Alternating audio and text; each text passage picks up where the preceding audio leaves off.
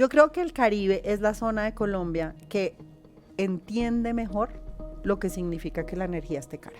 Y eso lo entiende, creo que cualquier habitante de la zona Caribe. O que no haya energía, porque o no haya electricidad, porque parte de lo que ha sufrido el Caribe con el tema de Electricaribe, con el tema de aire, con el tema de Afinia, ha sido esa interrupción en el servicio, y eso es lo que uno no quiere que pase y no hay confiabilidad. ¿Por qué la matriz diversificada es importante y por qué mantener, digamos, el aprovechamiento de nuestros recursos es relevante para no depender de la incertidumbre geopolítica que nunca sabemos en realidad qué va a pasar?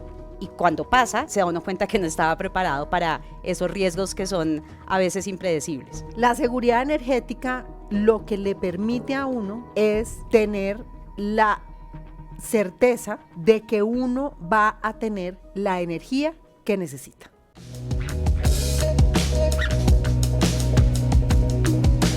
Hola, buenas tardes. Hoy estamos en un nuevo episodio de nuestro podcast Visión Caribe Energía con Propósito. Como les hemos prometido durante todos nuestros episodios anteriores, nuestros invitados siempre son de lujo y hoy tengo a una persona como entrevistada que admiro profundamente.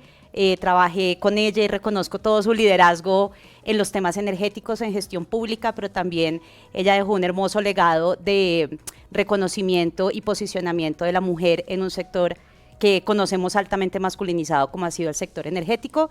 Para mí es un placer contar hoy en el podcast con María Fernanda Suárez Londoño como mi invitada. Hoy vamos a hablar con ella de seguridad y confiabilidad del sistema energético, dos conceptos que tal vez escuchamos rutinariamente, pero queremos entenderlos mejor o saber si realmente entendemos estos conceptos y pilares del sistema energético, de qué se trata. Y bueno, vamos a dar inicio a nuestro podcast recordando que esta es una iniciativa de la Alianza Caribe Potencia Energética y del grupo Prisa Media. María Fernanda, mucho gusto, qué delicia poder contar contigo, te agradecemos inmensamente que hayas aceptado nuestra invitación. Sobra pasar un poco por tu recorrido, pero para que la gente lo sepa, pues María Fernanda fue ministra de Minas y Energía del año 2018 al 2020.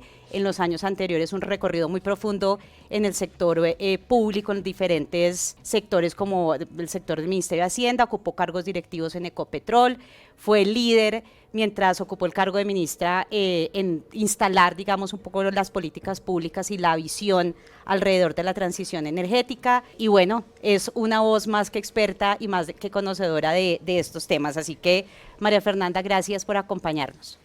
Bueno, pues María Paula, muchas gracias por la invitación, muy contenta de estar con ustedes acá y gracias a Prisa Media por esta iniciativa que me parece fundamental que todos los colombianos nos apropiemos de los temas de energía que realmente están involucrados en nuestra vida diaria. Súper, esa es un poco la idea, esto es como una charla más amistosa que cualquier otra cosa. Y arranquemos por ahí, digamos, parte del propósito de nuestro proyecto es la apropiación social del conocimiento, que la gente entienda cada vez mejor y en términos más sencillos de qué estamos hablando. Y normalmente oímos mucho en las entrevistas, en los medios, a los líderes gremiales y sectoriales hablar de seguridad y confiabilidad energética y de cómo esos son unos pilares importantísimos de cualquier sistema. Pero explícanos tú en tus palabras para que la gente entre en contexto de eso qué significa. Bueno, muy bien. Bueno, pues primero, además estamos en Caribe Potencia Energética. Y yo creo que una de las cosas que hay que entender desde la región Caribe, y me acuerdo mucho cuando yo era ministra, es que el Caribe históricamente ha dependido de la electricidad que se genera en el resto del país. Porque Colombia es un país en donde el 70% de la electricidad proviene de las hidroeléctricas.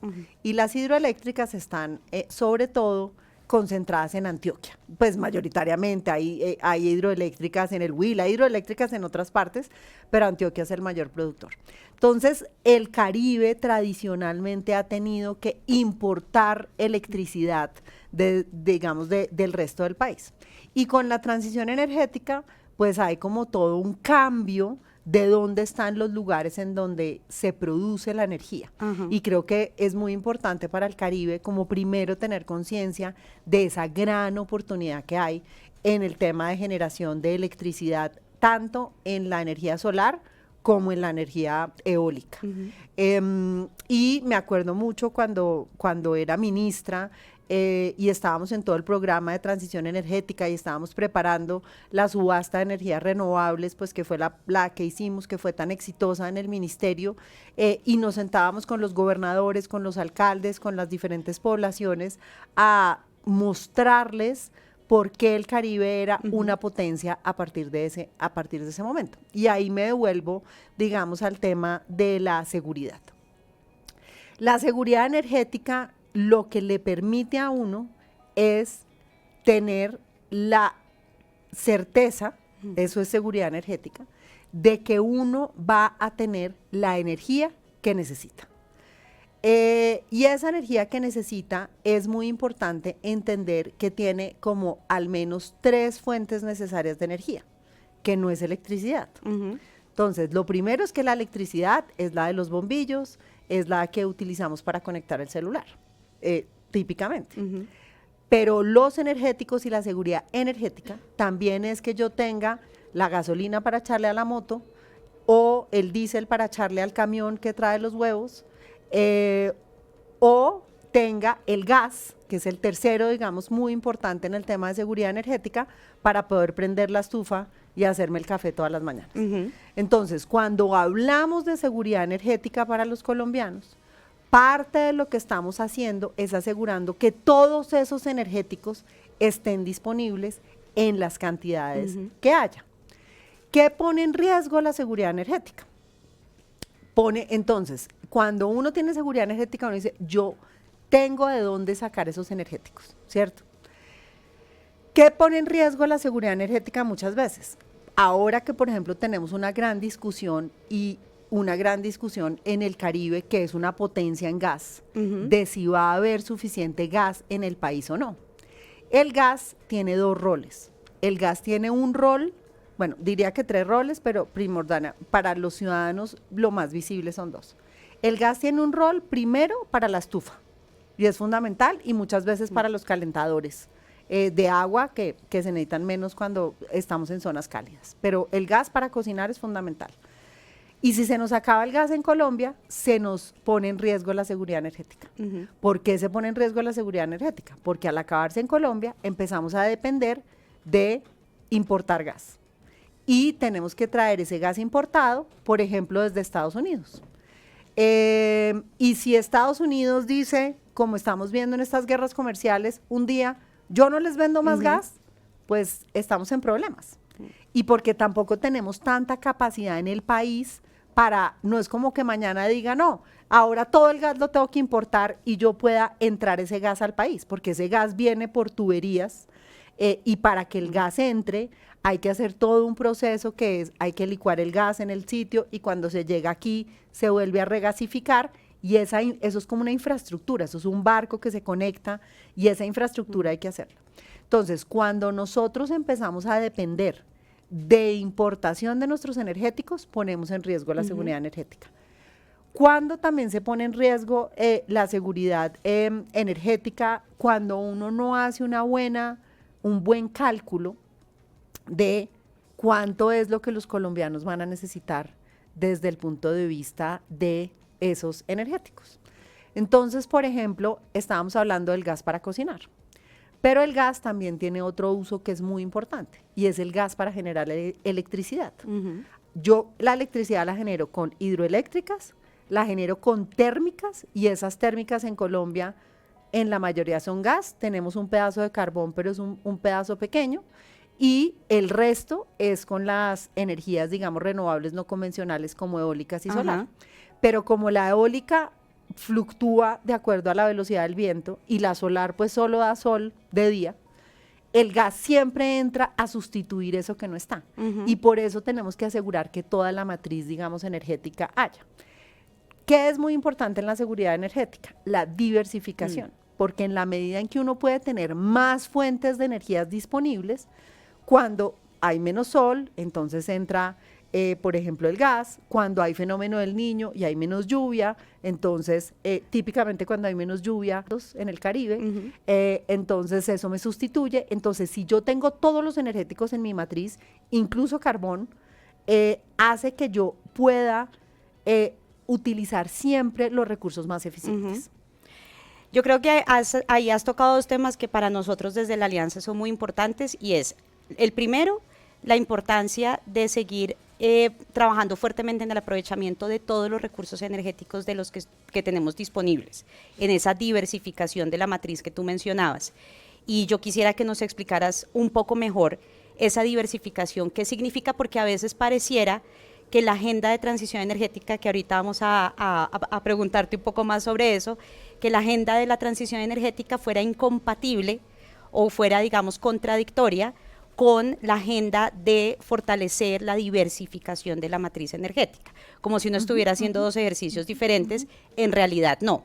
Pero empecemos por profundizar la importancia de que Colombia siga contando con una matriz energética diversificada en sus diferentes recursos, cuál es la importancia de eso, y segundo, también que nos cuentes un poco, porque trataste también algo que habíamos comentado en una entrevista anterior, y es la importancia de que Colombia o cualquier país en realidad que cuenta con recursos propios no entre a depender de las vicisitudes y de las diferencias, digamos, de situaciones geopolíticas que puedan afectar su seguridad o confiabilidad del sistema. Cuando tú eras ministra, si no mal no recuerdo, empezó fuertemente la guerra Rusia-Ucrania y eso dejó unas enormes lecciones del impacto que eso tuvo en los demás países de Europa y de las cuales Colombia tiene que aprender algo, y eso sucedió, me acuerdo muy bien, cuando tú estabas como ministra. Entonces ayúdanos a entender por qué la matriz diversificada es importante y por qué mantener, digamos, el aprovechamiento de nuestros recursos es relevante para no depender de la incertidumbre geopolítica, que nunca sabemos en realidad qué va a pasar, y cuando pasa, pues se da uno cuenta que no estaba preparado para esos riesgos que son a veces impredecibles. Bueno, muy bien. A ver, varias cosas. Yo creo que cuando uno está haciendo como el diseño de una política energética, uno siempre tiene que tener 3 variables en equilibrio. Y esas 3 variables, ¿cuáles son? La primera variable es la variable de seguridad y confiabilidad, y ahorita hablamos un poquito de confiabilidad. Y entonces de esa vamos a hablar, porque yo creo que eso es importante cuando uno empieza a hablar de diversificación y transición. Uno dice, bueno, ¿cuáles son las cosas que a mí me tienen que importar? Entonces lo primero es que haya energía, ¿cierto? Y eso es seguridad energética, que ya la explicamos. El segundo es que esa energía llegue a un costo que sea un buen costo para las personas. Y para nosotros, mientras estábamos en el ministerio, era obsesivo que el costo para los usuarios fuera el costo más eficiente posible. Y el tercero es que sea la energía más limpia o que sea sostenible, que es que en términos generales, en todos los energéticos que produzcamos, pues generemos el menor impacto sobre el medio ambiente. Y esas 3 cosas son las que uno siempre tiene en consideración cuando está diseñando la política energética. ¿Por qué es importante tener en cuenta eso? Porque para poder tener esas 3 variables en equilibrio es en donde uno necesita la diversificación y necesita tener todos los energéticos jugando. Porque si yo me fuera y dijera, a mí solamente me importa el medio ambiente y yo quiero ser la líder del cambio climático en la ONU y quiero que el mundo entero me reconozca por eso, pues de pronto nos vamos a poner un supuesto, toda la energía renovable, ¿cierto? 100% renovable, eólica, solar, solamente hídrica, y resulta que hay un momento de fenómeno del Niño o hay un momento de baja luminosidad solar o de bajos vientos, y como no puedo dejar que la gente se quede sin luz, entonces me toca tener una redundancia en exceso que termina en mucho costo para eso, porque hoy en día todavía eso no es posible, entonces yo no me puedo ir al extremo. Si yo me voy y digo, voy a ir solamente a que el extremo es costo, ¿cierto? Entonces yo podría hoy fabricar, por ejemplo, la energía más económica hoy es la hidroelectricidad en la marginal, pero hacerla cuesta mucho tiempo y es muy costosa, pero después sigue la térmica de gas. Esa es la siguiente, digamos, en términos de costo. Entonces, haría puras térmicas y entonces se me daña la variable de sostenibilidad. Y por eso, en confiabilidad uno dice, no, más bien yo voy a utilizar el mejor atributo de cada una de estas tecnologías, las meto en una matriz a que todas compitan, ¿cierto? Ajá. Y eso me asegura que si yo compito, los colombianos tienen el mejor costo y en la medida en que las tecnologías para las energías limpias también se vuelven más baratas, pues van a ser cada vez más competitivas. Entonces, al final, todo lo que nosotros tratamos de hacer es, y la visión, digamos, cuando uno diseña esa política energética y diseña la transición energética es, y esta es la frase que a mí, digamos, que yo la he resumido como lo que para mí, a mí me inspiraba y en lo que yo creo que debe ser, es los renovables hasta donde sea posible, los fósiles hasta donde sea necesario. Ajá. Porque no es que uno quiera ser malo y traer fósiles a la matriz. Fósiles es petróleo, es gas, es carbón, y pues renovables es eólico, solar e hídrico. No es que uno quiera ser malo, es que se necesitan para que los colombianos tengan luz, ¿cierto? Y para que sea a un precio adecuado. Y es en ese equilibrio en donde uno ahí asegura que esas tres variables se cumplan, y por eso es tan importante tener todos los energéticos disponibles. Y aquí quiero hacer una anotación, y tú me lo preguntaste, por ejemplo, en el tema de Rusia-Ucrania. Rusia-Ucrania ocurre, yo creo que es más en el 2022, yo creo que realmente es un poco más tarde cuando ya terminamos el gobierno, pero deja una lección muy importante. Y la lección importante es Europa, y en particular Alemania, por ejemplo, hizo que todo el gas que ellos necesitaban para producir en sus fábricas, para la calefacción de las personas, dependiera de Rusia. Y ellos empezaron a pagar sus térmicas de carbón, porque se inclinaron al lado de la sostenibilidad, demasiado, tal vez. Cuando hay toda esta disrupción y Rusia ataca a Ucrania, y entonces Rusia dice, no les vamos a mandar más gas, pone en un jaque a Alemania. Y hay otra lección que es muy importante, y es que la Comisión Europea la Unión Europea contrató a Mario Draghi para que hiciera un estudio respecto a cómo Europa podía volver a ser una potencia en términos de producir y en términos de ser competitivo con el resto del mundo. Y una de las conclusiones más importantes que pone Draghi ahí es decir, Europa está perdiendo frente a Estados Unidos porque Europa perdió su seguridad energética y se volvió dependiente de energéticos y se volvió importador. Y la energía se volvió muy cara. Mientras tanto, Estados Unidos tomó una política completamente diferente. Y la política que tomó Estados Unidos es, aquí vamos a explotar todos los energéticos, y explotando todos los energéticos, Estados Unidos hizo fracking o hace fracking de una manera muy determinada, y eso hizo que Estados Unidos pasara de ser, en el 2010, el mayor importador de gas del mundo, y importador también de petróleo para las refinerías y para poder hacer gasolina, a ser exportador. Y esa diferencia hace que Estados Unidos le esté ganando comercialmente a Europa desde el punto de vista de todas las dinámicas, y que Estados Unidos tenga mucho más dinámica. ¿Qué hace China, que hoy en día está tan en boga? China es alguien que está haciendo, digamos, trabajando mucho en la transición energética desde el punto de vista de desarrollando todas las tecnologías. Son los mayores productores de paneles solares que hay en el mundo. Está avanzando muchísimo en el tema de baterías, y es muy importante desde el punto de vista de cómo avanza la tecnología. Al mismo tiempo reconoce que es un país que está en crecimiento, que sus habitantes necesitan mejorar su ingreso y que no les van a encarecer. Entonces, al mismo tiempo que es el mayor productor de paneles solares, es el lugar en donde se construyen más térmicas de carbón. Entonces, es un ejemplo de decir, no, los países que están haciendo mejor la transición energética no sacrifican ningún energético. Utilizan todas sus variables, y yo creo que en Colombia nos estamos equivocando diciéndole no a ciertos energéticos, porque eso pone en riesgo la seguridad energética y pone en riesgo el costo de esos energéticos para los colombianos. Esa era mi siguiente pregunta, un poco en carta blanca, a tu juicio. Hoy Colombia, con las condiciones que tiene, las políticas públicas que tiene y las decisiones que se han tomado, está poniendo en riesgo su seguridad y confiabilidad del sistema energético. y si sí o no, que creo que entendemos inclinarnos más hacia el sí a raíz de algunas decisiones, ¿qué oportunidades tiene este Caribe de solventar un poco esta situación por decisiones que se puedan tomar de aquí hacia adelante?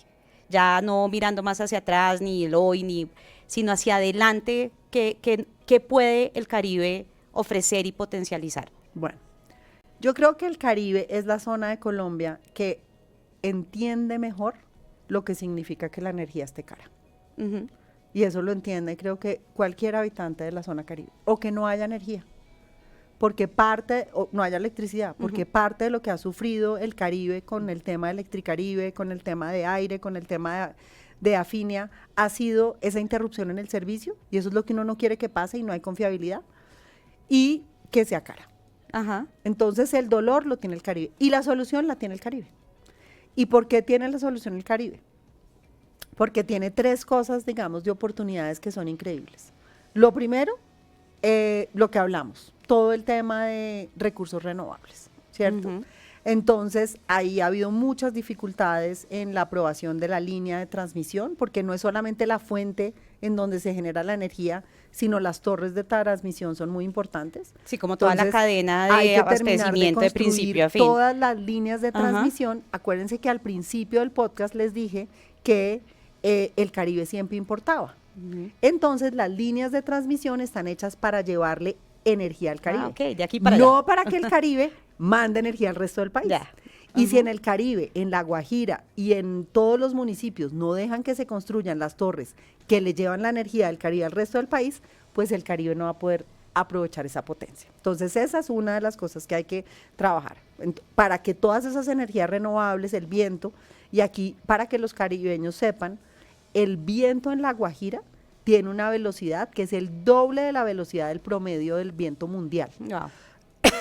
Entonces, cuando las empresas veían La Guajira, y por eso es muy triste que todos esos proyectos que adjudicamos en esa subasta no se estén haciendo y no sean realidad, la potencia que tiene el Caribe de volverse ese exportador, ese que genera energía, es espectacular, pero los proyectos se tienen que hacer. Ajá. Nosotros hicimos la subasta, para que ustedes se den una idea, en esa subasta, que eso es otra cosa impresionante, y que los colombianos tengan como en cuenta lo que nos estamos perdiendo. Los precios de esa subasta eran 95 pesos por kilovatio hora, cuando hoy el precio de la energía está a 400 pesos por kilovatio hora.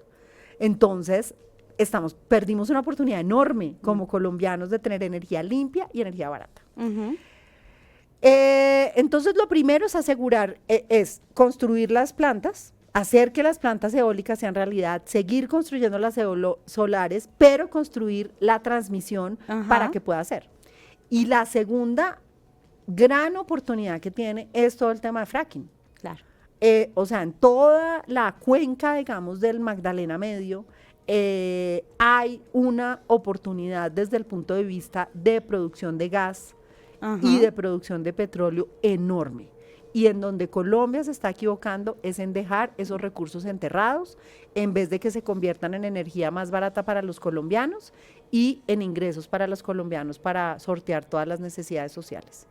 María Fernanda, muchas gracias. Aquí podríamos quedarnos mucho más tiempo, pero el tiempo en estos espacios es corto, pero queremos agradecerte que hubieras aceptado nuestra invitación, que le hubieras podido contar a todos los colombianos un poco más de este tema, porque creo que es uno de los asuntos que como ciudadanos tenemos que ir entendiendo cada vez más, sobre las potencialidades, pero también los riesgos que tiene no tomar decisiones a tiempo o tomar decisiones de pronto no debidamente enfocadas. Entonces, muchísimas gracias. Yo aquí voy a despedir nuestro podcast por el día de hoy, invitándolos a que sigan conectados con nosotros. Seguimos pendientes de nuevos invitados, de nuevas temáticas y bueno, siempre dispuestos a traer conocimiento del sector energético para todos ustedes. Muchísimas gracias y sigan conectados. Gracias, María Fernanda. Muchas gracias, María Paula, por la invitación y que sigan teniendo una gran audiencia para este tema tan importante. Gracias.